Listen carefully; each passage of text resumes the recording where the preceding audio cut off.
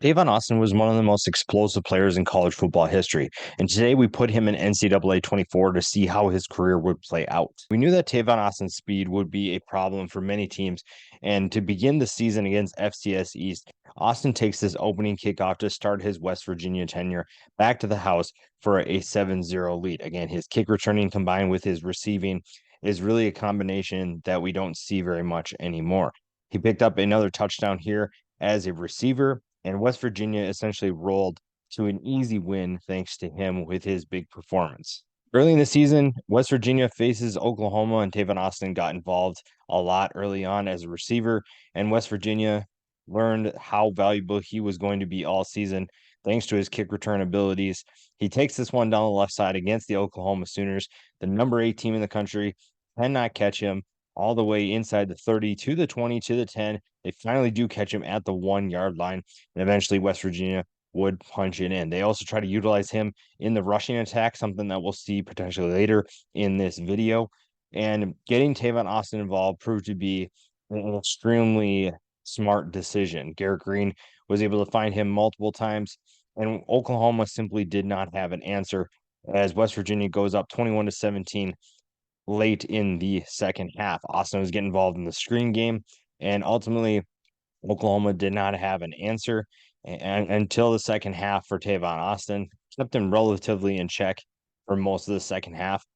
And we saw kind of some issues with the passing attack, something that could potentially get Tavon Austin out of Morgantown. And that was the overthrows, the inconsistent play by Garrett Green, but simple passes seemed to be good, and it helped them win 35-33. The problems arose when they couldn't really get the ball down the field. They couldn't protect Garrett Green. He got hit quite a bit against the number 2 Baylor Bears, and West Virginia ultimately suffered its first loss of the season because of those inconsistencies. Later in the season, they're looking to bounce back. They are 8-2 at this point, facing the Kansas Jayhawks, and they get off to a good start thanks to a Tavon Austin kick return. Austin continues to show why he's one of the most explosive players that we've seen in college football history, and Kansas really struggled slowing him down. Garrett Green also found him as a receiver. Teams tended to leave Tavon Austin open, and once again, we get him involved in the rushing attack, and West Virginia builds a good 14-0 lead early in the first quarter.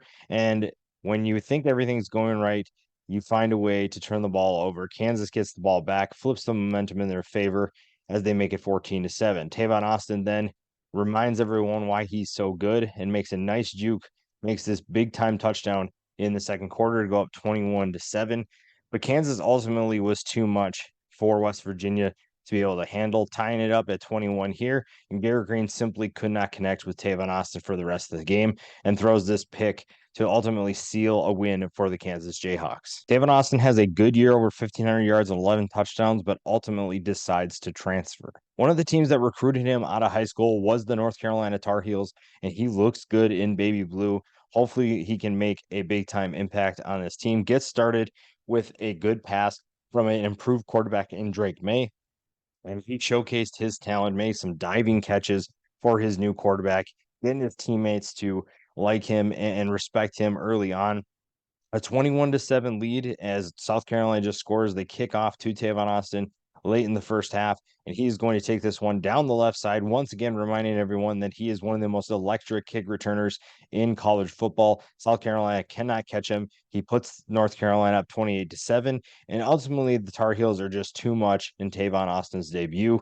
They put up some big numbers on their way to a big win. The ACC had a number of ranked teams that continued to kick to Tavon Austin. They continued to test his abilities, and opening kickoff returns for touchdowns were a frequent thing when teams couldn't catch him down the sideline. Tavon Austin shows his speed, and ultimately he had another good game against Virginia Tech, and the North Carolina Tar Heels had no trouble putting the Hokies away. The number 4 Miami Hurricanes, we saw what Tavon Austin could do as a running back when West Virginia played Oklahoma in the past. And North Carolina decided to give that a try here against Miami. They needed a bit of a boost in terms of speed at the running back position, but they also found ways to hit him downfield. Drake May makes this sick pass on the run to Tavon Austin, still finding ways to get him involved in the passing attack.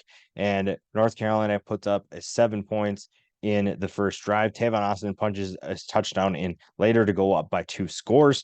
And the rushing attack was good, but finding ways to get Tavon Austin involved as a receiver was still a focus. It was big gain after big game for Tavon Austin, led to a huge game for the rushing attack and for the Tar Heels. And Miami simply couldn't find ways to slow him down. He showed off his power a little bit. He showed off his athleticism.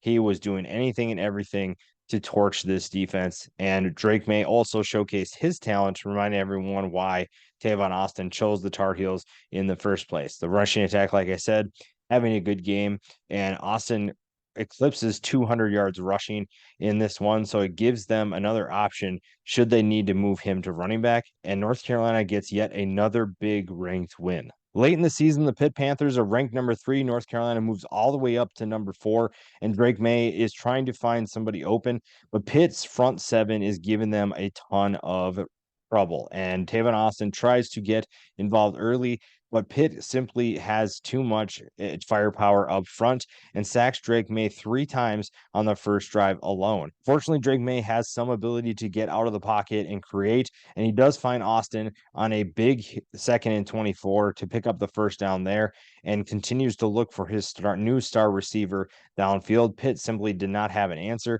but Drake May ultimately does throw an interception on this drive to give Pitt a 7-0 lead later on. And North Carolina responds with who else but Tavon Austin, another good kick return. Teams simply just do not learn their lessons. And even though it's not to the house, it's a big kick return that gives North Carolina some momentum. Austin adds another big play with this nice catch here, and eventually they do get in the end zone. Austin wasn't the only one putting up some big numbers and putting up some big plays. Drake May put his body on the line on this 3rd and 20. They needed a big first down as they are down 7-6. And ultimately, Drake May does put them ahead here with this rushing touchdown. North Carolina is up 14-10 at the half. This is why you get a player like Tavon Austin in the transfer portal, because you're up 14-10 heading into the second half, and you find a way to funnel the football his way, and big things happen. A big touchdown there to put him up 21-10, and Drake May once again looks for his top receiver. Pitt does not have an answer at corner, and suddenly the lead is now 28-10. Pitt does respond with a field goal of their own, but they still have to kick to Austin, and that's another way to get the anxiety up for their fan base. Austin gives them a little bit of a scare here, but ultimately gets tackled just before midfield. It doesn't matter, though, as they punch it in for another score, giving Pitt a deficit. North Carolina is all the way up to number 3 in the country. They face the number 8 Clemson Tigers for the ACC championship, which hopefully would put them into the national championship game if they get a win. And right off the bat, North Carolina is getting things started with an 8-0 lead. Clemson does respond, but from here on out, it's pretty much the Tavon Austin show. Drake May looks for his star receiver early and often, and Clemson does not have an answer for him. Going up 22-6 going into the half, and it's just getting worse for Clemson from there. Tavon Austin continues to torch this secondary, and in real life, Clemson might have the advantage, but with Tavon Austin on North Carolina, Clemson doesn't have an answer, and North Carolina puts up a boatload of points, especially with this huge touchdown with over 40 seconds left in the game to give North Carolina the championship. Tavon Austin finishes 2nd in the Heisman Trophy voting, and maybe the more disappointing part of this season is even though North Carolina is undefeated, they do not make the national championship game. They finish 3rd, and Tavon Austin once again finds himself in the portal to find a team that can bring him to a championship. Yet another team that recruited Austin out of high school was the Michigan Wolverines. Whether it was serious or not, they were one of the teams that gave him an offer, and he is showing why he's a great fit. He's hoping to win a national championship and a Heisman Trophy, and he gets things off to a great start with, guess what, a kick return. Central Michigan has no speed to catch up with him. He takes this one all the way back to the house for a record-breaking kick return for a touchdown. And from there, it's pretty much all Michigan all day. Tavon Austin showed why he's one of the best, and Central Michigan did them favors by leaving him open as well. JJ McCarthy loves having his new star wide receiver, and Michigan essentially just dominates this game. There's really nothing Central Michigan can do. They couldn't cover Tavon Austin, and it was big play after big play that ultimately did it in, and they were able to pull off a big win to get the season started to go 1-0. The number 4 Notre Dame Fighting Irish find themselves against Michigan, who comes in at 7th. And it's the offensive players not named Tavon Austin that get things started. JJ McCarthy and Blake Corum give Michigan an early 21-0 lead in the first quarter. Notre Dame does respond with a touchdown of their own, but they find that kicking to Tavon Austin is a lot easier on paper than they don't actually have to do it in person. And Tavon Austin adds to a big first quarter lead, putting Michigan up 28-7. Michigan continued to put up points even when Notre Dame was scoring. They had an answer for everything, and Notre Dame continues to not have an answer for Tavon Austin's ability as a kick returner. He's taking this one all the way back to house to give Michigan a 42-17 lead in the first half, and ultimately that was enough to help them win. Michigan continues to put up points at a blistering pace against weaker competition, but number 16 Michigan State should be a much tougher test for the number 2 Michigan Wolverines. McCarthy is looking for his top target, but Michigan State is playing very physical, and it's affecting this offense and what they're trying to do. And on a 4th and 3, Michigan State gets an early stop, and they are going to ultimately go up 10-0.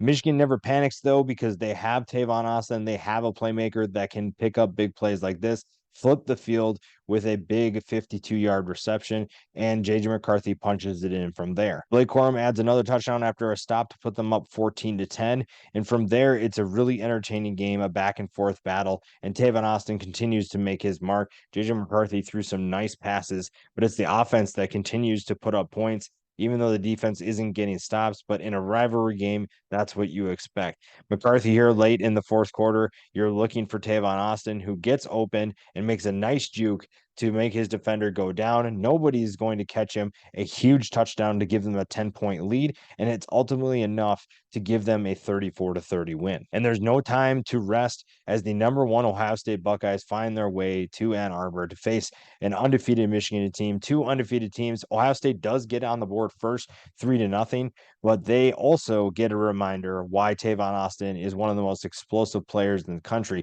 Keep him to a 33-yard game, but that is going to hurt them later on. They try to be physical with Tavon Austin, try to take him out of the game, shake him up, and ultimately their attention to Austin gives Cornelius Johnson a chance to shine, and he does so early on. Blake Corum punches it in here to give Michigan a 7-3 lead. Again, with teams focusing on Tavon Austin, Cornelius Johnson really stepped up in a big way. A big reception there, a nice throw by J.J. McCarthy gives Michigan a 14-3 lead. Ohio State gets another field goal, and they kick off to Tavon Austin once again.